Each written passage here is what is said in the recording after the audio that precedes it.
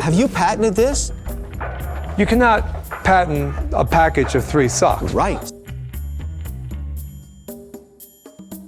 Number 20, sticky note holder.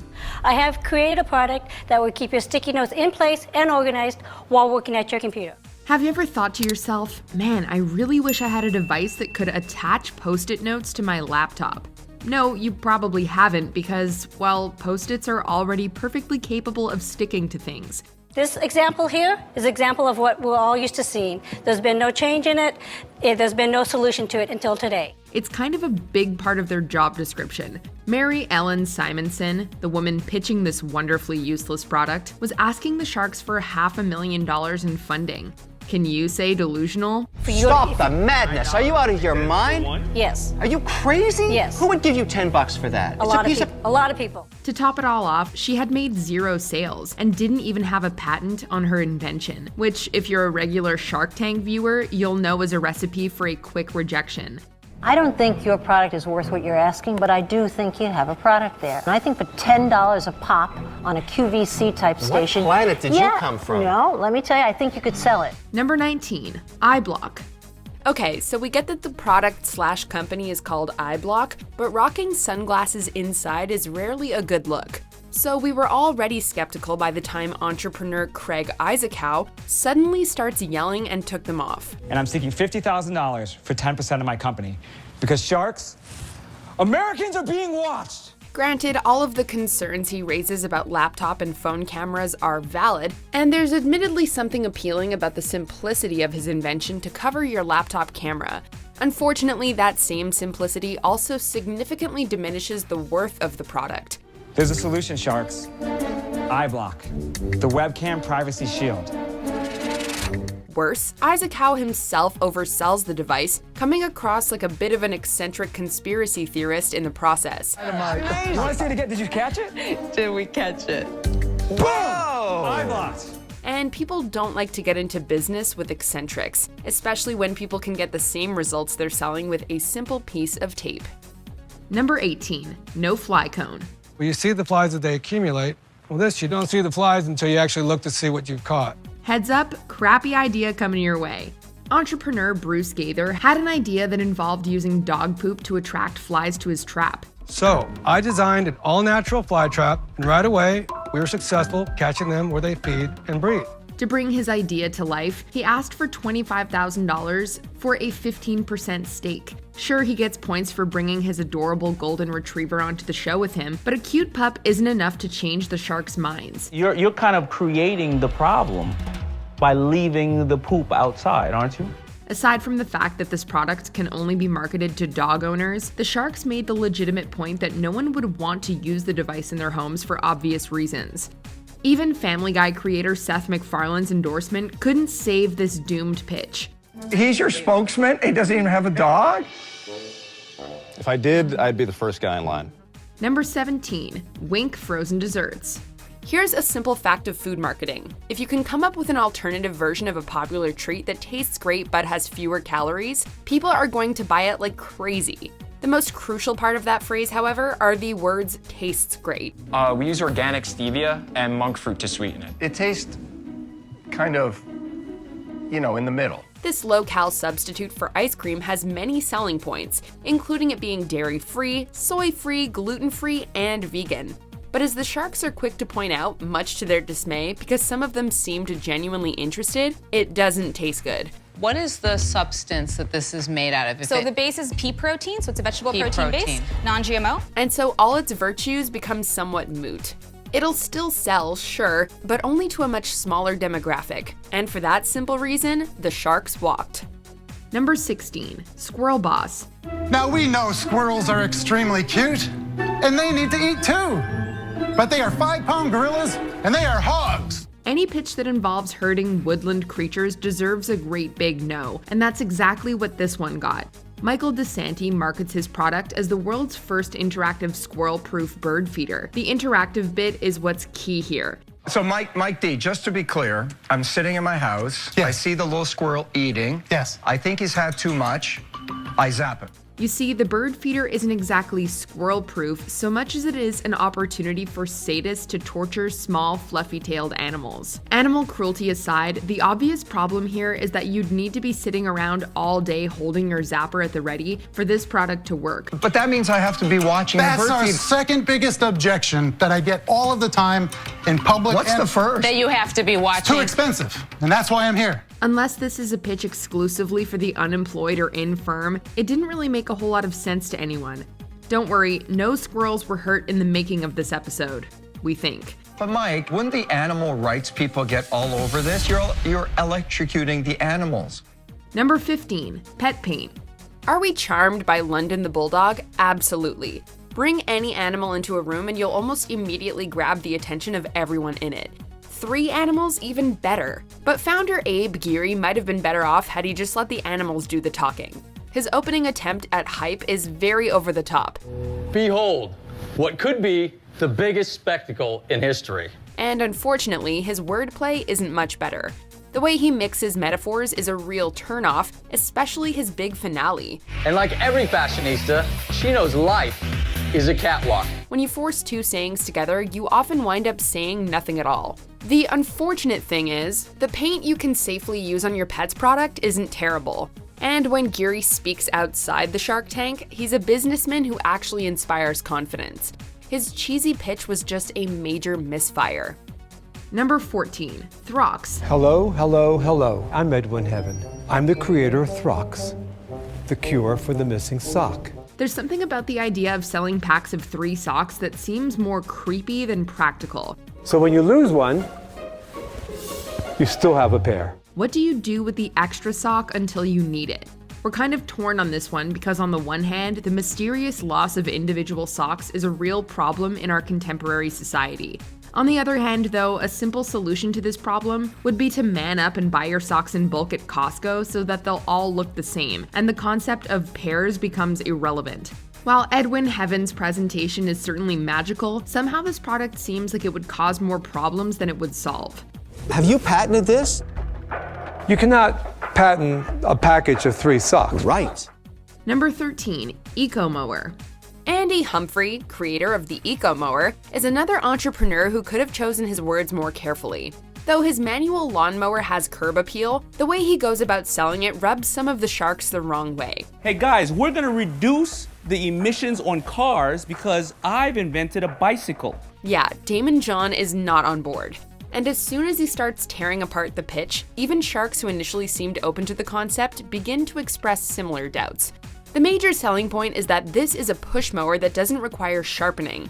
But when Damon and company grill Humphrey about this supposed advantage, it quickly begins to lose its competitive edge. You're basically saying you're building a better bike. Number 12, Track Days. We're seeking $5 million. Whoa. It's a lot of money. In exchange for 34% equity in our production. Pitching a feature-length film to the Sharks seems ambitious to begin with, but when it sounds as bad as this, the creators are bound to get eaten alive. So boys, you want $5 million to make a movie. I know how you feel that, you think that filmmaking is a crapshoot, which we completely understand. Making up the pitch team are a former stuntman, a writer, and a producer.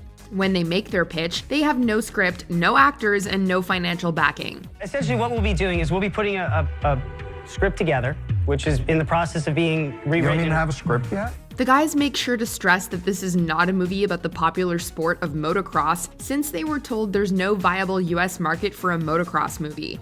No, this is a film about MotoGP, a lesser-known sport that's given little to no attention in the United States. They also mention that there's never been a movie made about the sport, but maybe there's a reason for that? I'm a huge motorcycle fan, and there's been such a lack of movies made about them.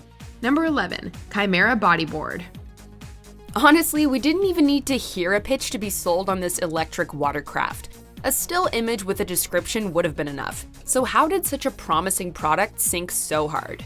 Well, though the sharks seem on board with the concept, the more they heard about inventor Jason Woods, the more obvious it became as to why the Chimera board wasn't already a success story.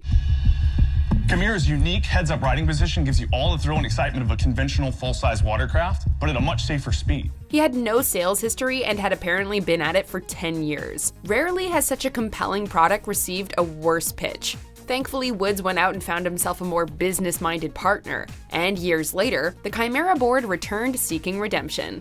Sure enough, Woods and partner Adam Majewski walked away with a deal.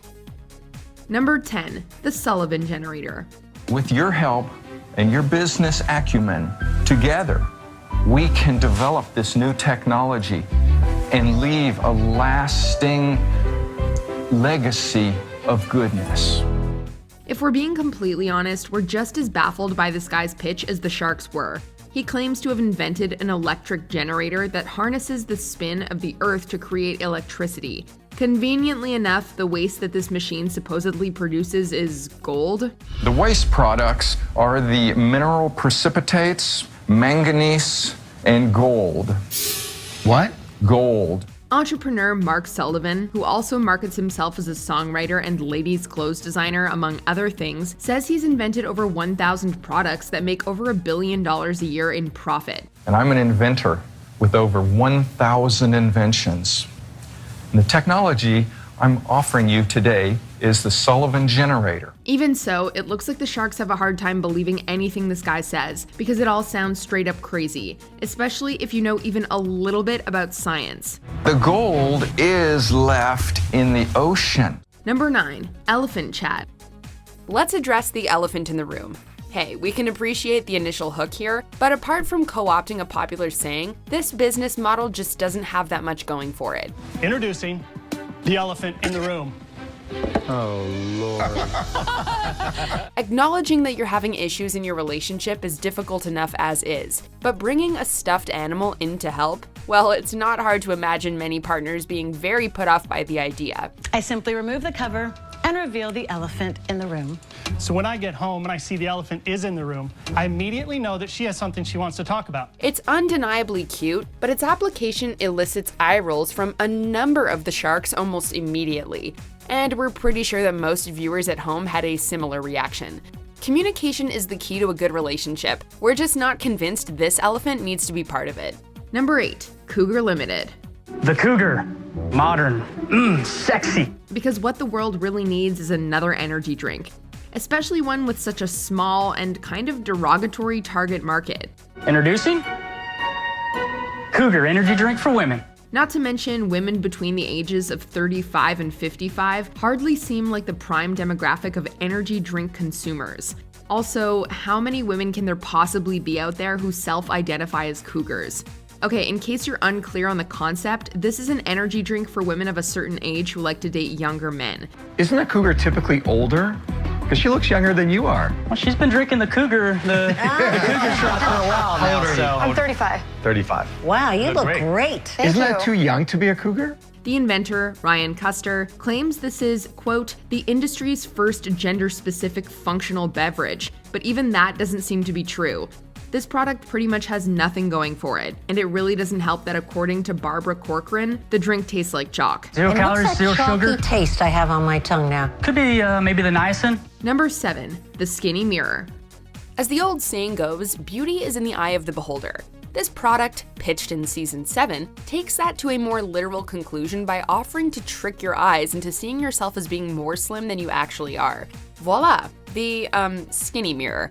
Even if it's a not-so-skinny you. The real motivation to slim down is to look at reality, deal with the truth every day, and finally get around the idea that losing weight's hard work. Entrepreneur Belinda Jasmine pitches her invention as a tool to help boost self-confidence, but Kevin O'Leary isn't having any of it. But when I started this company, I said this mirror would not be used to deceive anyone, and that's why I told them. But it's doing it every day.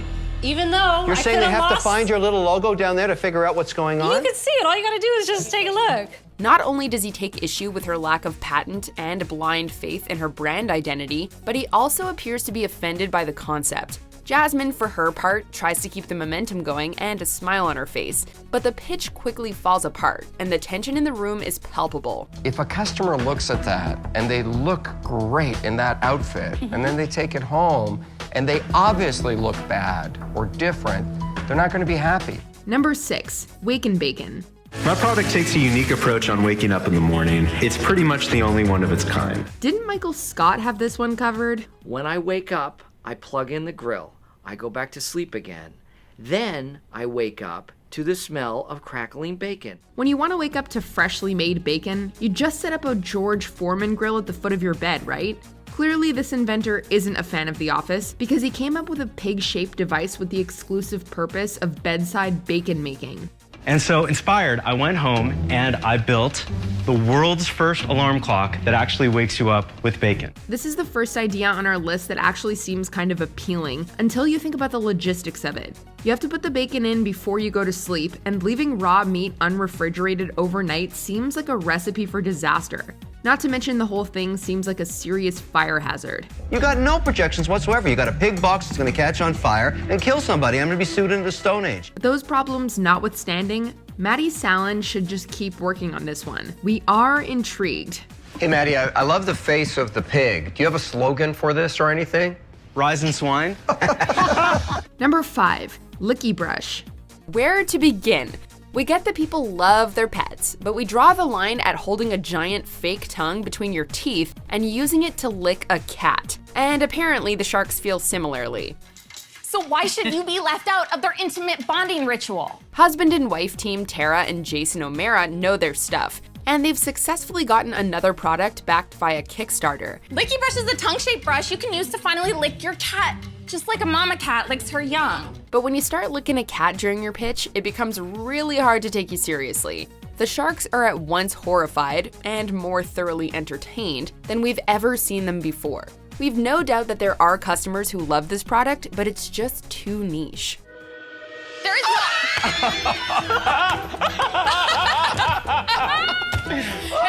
Somebody hand you need to drop a mic right about now. Number 4, Rolodoc. And what we've realized is that when it comes to communication, medicine is not in the 21st century. Aren't doctors supposed to be smart? Well, brothers and doctors Albert and Richard Amini managed to give a bad name to a well-respected profession, at least in the eyes of Mark Cuban. You're not going to let him tell me how I make money. Because there's no chance of you making money on this. Their idea for a mobile app that connects doctors and patients isn't fundamentally stupid in theory, but their pitch was so bad that there's no way anyone would trust their business sense. Sharks, with your investment, we will revolutionize the way we communicate in medicine, but most importantly, you'll help us get rid of these pagers and make some money doing it. They keep throwing in buzzwords like social media without an actual plan to back any of it up. It sounds like what they want to do is create a LinkedIn for physicians, but they have no idea how to get doctors to use their app or how to monetize it. The sharks are understandably a bit harsh with their criticism. It's a valid concern because you don't want to be reading about somebody that actually isn't a surgeon that's offering heart surgery. That would be a bad outcome. I don't think they'll be able to get anybody. It's not going to be dangerous if you can't get any doctors. Number 3, UroClub. For every problem, there is a solution.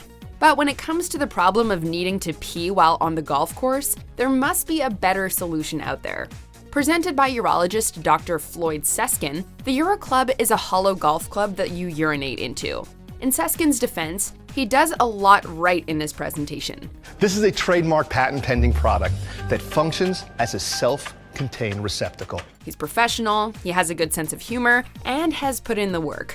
And against all odds, he actually secures an offer, albeit a small investment for a majority share. But that doesn't make this any less silly. This is a novelty product through and through. Can you get stuck? Nobody's complained yet, but it is the one-size-fits-all right now. Plus, leak-proof or not, the idea of carrying a tube full of fresh urine around with you is seriously off-putting. Pop-up tent with an attendant, I think, to take you to the bathroom. And you would need several of them. And Number 2, Ionic Ear. My name is Darren Johnson, and I'm here today to explain the Ionic Ear investment opportunity. One of the all-time worst pitches comes from Shark Tank's very first episode all the way back in 2009. you guys are so close-minded. Please let him finish. Okay. Thank you. Apparently, back in the old days, Bluetooth earpieces were the must-have tech gadget. But this guy took it one step further, so that you and your Bluetooth would never have to be apart. I'm sorry, where are you implanting this into another device? What are you implanting this into? No, it's actually going into your ear. Pitching a surgically implanted Bluetooth device that's inserted into the wearer's ear canal, Darren Johnson manages to creep the sharks out and get some of the fastest I'm outs in the show's history. Don't call me, I'll call you. I'm out.